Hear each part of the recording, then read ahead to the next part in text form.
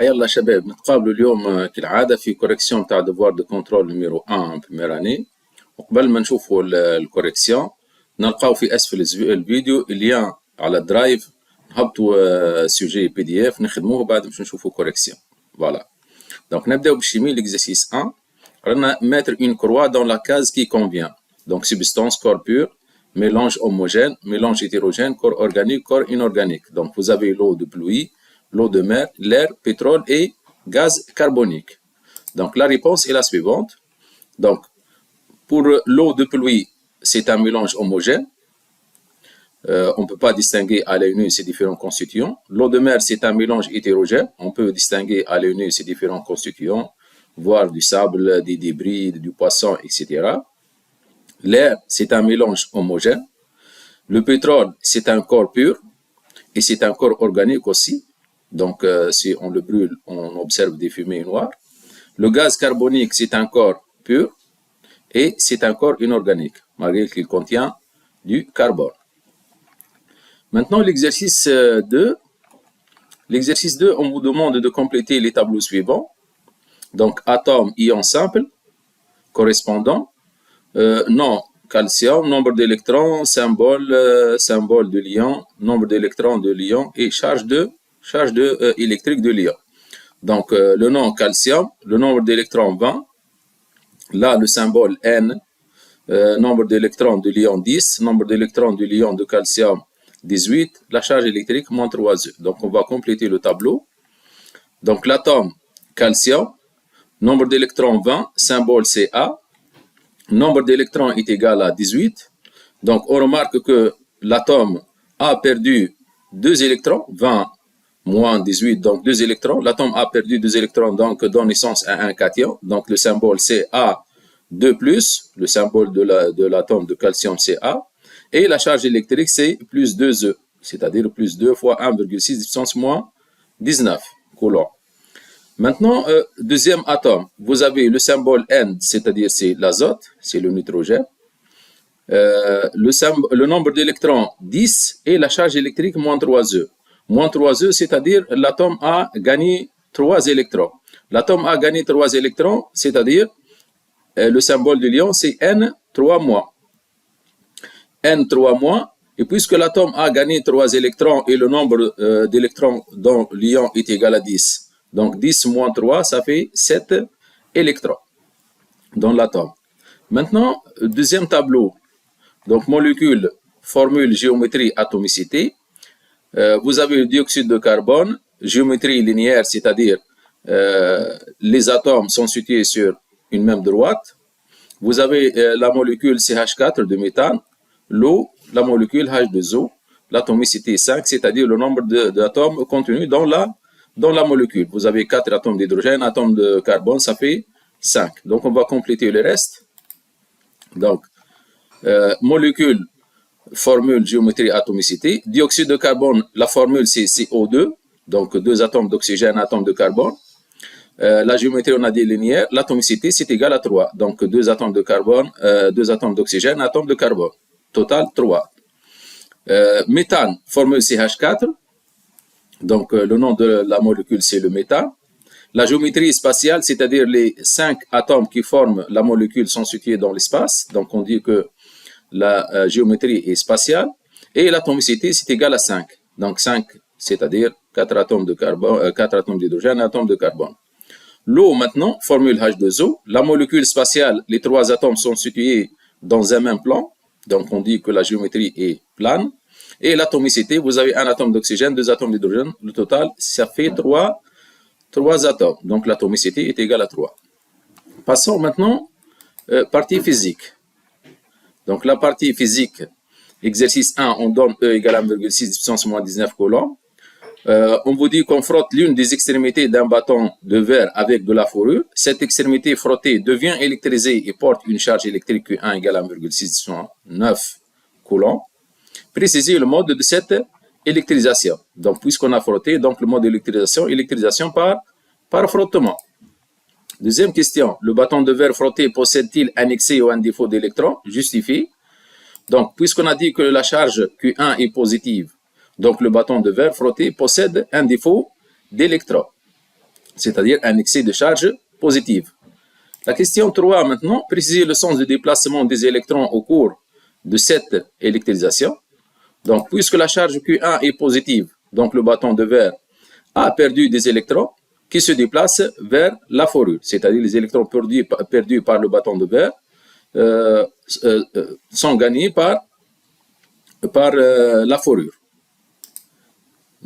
Quatrième question maintenant, déterminer le nombre n d'électrons gagnés ou perdus par le bâton de verre. On a dit que le bâton de verre a perdu des électrons, donc Q1 est égal à n fois E, d'où n est égal à Q1 sur E, application numérique, n égale à 10 puissance 10 électrons. Voilà. La cinquième question maintenant, déduire la valeur de la charge électrique Q2 portée par la forure. Là, on peut dire que la valeur de la charge électrique Q2 portée par la forure est égale moins Q1, égale à moins 1,6, distance moins 9 coulombs. On peut aussi écrire Q2 est égal à n fois moins E, avec n c'est le nombre d'électrons gagnés, c'est-à-dire 10 puissance 10, fois moins E, c'est-à-dire moins 1,6, 10 puissance moins 19 coulombs. On trouve que Q2 est égal à moins 1,6 puissance moins 9 coulombs. Voilà, passons maintenant à l'exercice numéro 2. On considère le circuit électrique schématisé sur la figure A comportant un générateur, une pile, c'est-à-dire un générateur G, un ampèremètre A, une diode, donc une diode, deux interrupteurs K1 et K2, et trois lampes identiques, L2, L1 et L3. L'expérience 1. Donc l'interrupteur K1 étant ouvert, étant fermé plutôt, K1 étant fermé, lorsqu'on ferme K2, on constate que la lampe L3, cette lampe, reste éteinte. Ça veut dire quoi ça, reste éteinte? On vous demande de faire un schéma simplifié du circuit électrique en précisant les bornes positives et négatives du générateur G ainsi que celles de l'ampèremètre A. Donc si lorsqu'on ferme l'interrupteur K, la lampe L3 reste éteinte, c'est-à-dire la diode est bloquante. Si la diode est bloquante, c'est-à-dire le courant circule du générateur de cette borne vers le nœud B, c'est-à-dire il ne peut pas traverser cette branche. Donc cette borne, c'est la borne positive, cette borne, c'est la borne négative du générateur, et cette borne, c'est la borne négative de l'ampèremètre, du côté de la borne négative du générateur, et cette borne, c'est la borne positive, d'où la réponse. Voilà. Donc K1 est...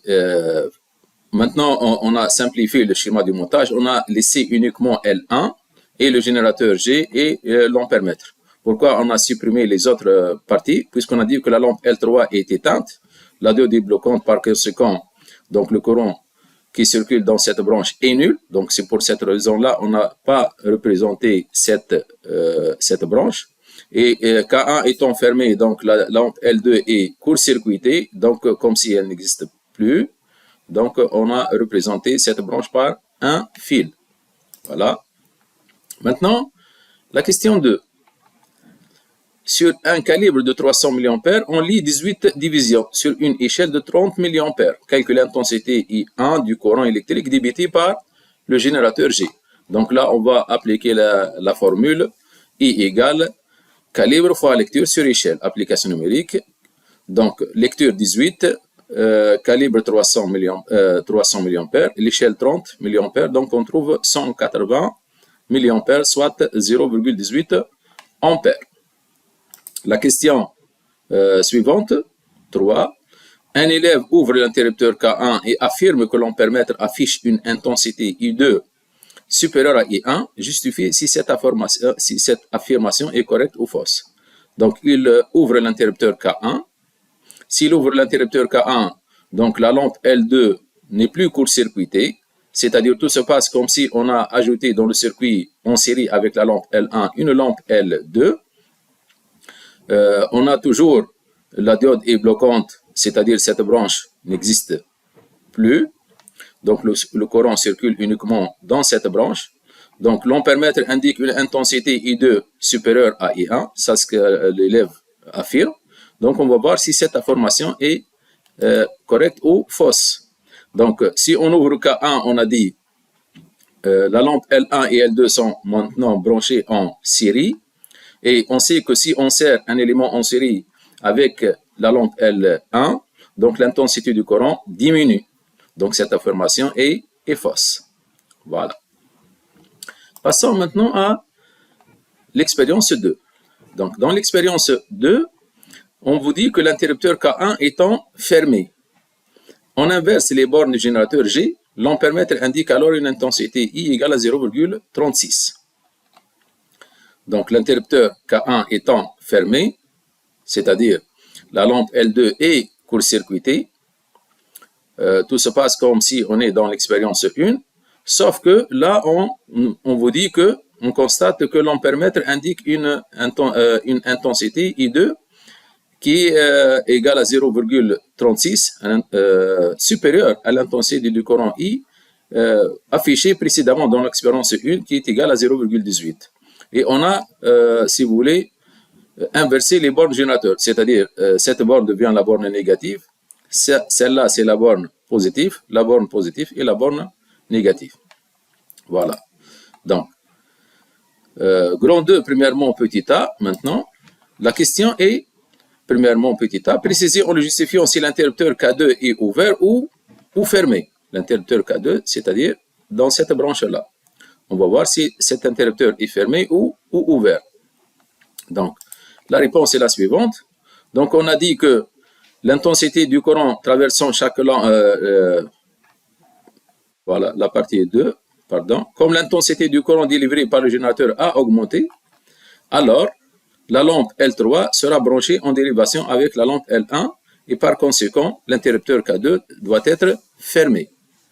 C'est-à-dire, puisqu'on a constaté que l'intensité du courant a augmenté, c'est-à-dire cette lampe fonctionne maintenant, et si cette lampe fonctionne, c'est-à-dire elle est branchée en parallèle avec la lampe L1, puisque l'intensité du courant a augmenté, donc cet interrupteur devient fermé. Et la diode maintenant devient bloquante puisqu'on a inversé les bornes du générateur. La question petit b maintenant, précisée en justifiant l'état des trois lampes L1, L2 et L3. Donc l'état des trois lampes. On va commencer par l'état des trois lampes L1. Si on inverse les bornes du générateur, on a dit que la diode est passante. Donc l'interrupteur K2, on a dit qu'il est fermé. Donc la lampe L3 s'allume. La lampe L2 est court-circuitée puisque l'interrupteur K1 est fermé et la lampe L1 est court-circuitée, donc elle est éteinte. La lampe L1 fonctionne, donc elle est branchée en parallèle avec la lampe L3, donc la lampe L1 s'allume. Maintenant, la question 2. Déterminer l'intensité du courant traversant chaque lampe. Donc, intensité du courant traversant chaque lampe. La lampe L2, on a dit qu'elle est éteinte puisqu'elle est court-circuitée, donc l'intensité du courant qui le traverse est égale à 0. Maintenant, on va voir l'intensité du courant qui traverse la lampe L3 et la lampe L1. On va appliquer la loi du nœud, donc le courant I dans le nœud C, donc I égale à I1 plus I3. Comme les lampes L3 et L1 sont identiques, donc le courant qui traverse L3 est égal à l'intensité du courant qui traverse la lampe L1. Conclusion donc, I1 égale à I3 égale à I sur 2, application numérique égale à 0,18 ampères. Voilà, merci. نشكركم وإن شاء الله نتقابلوا في فرص قادمة. بالسلامة.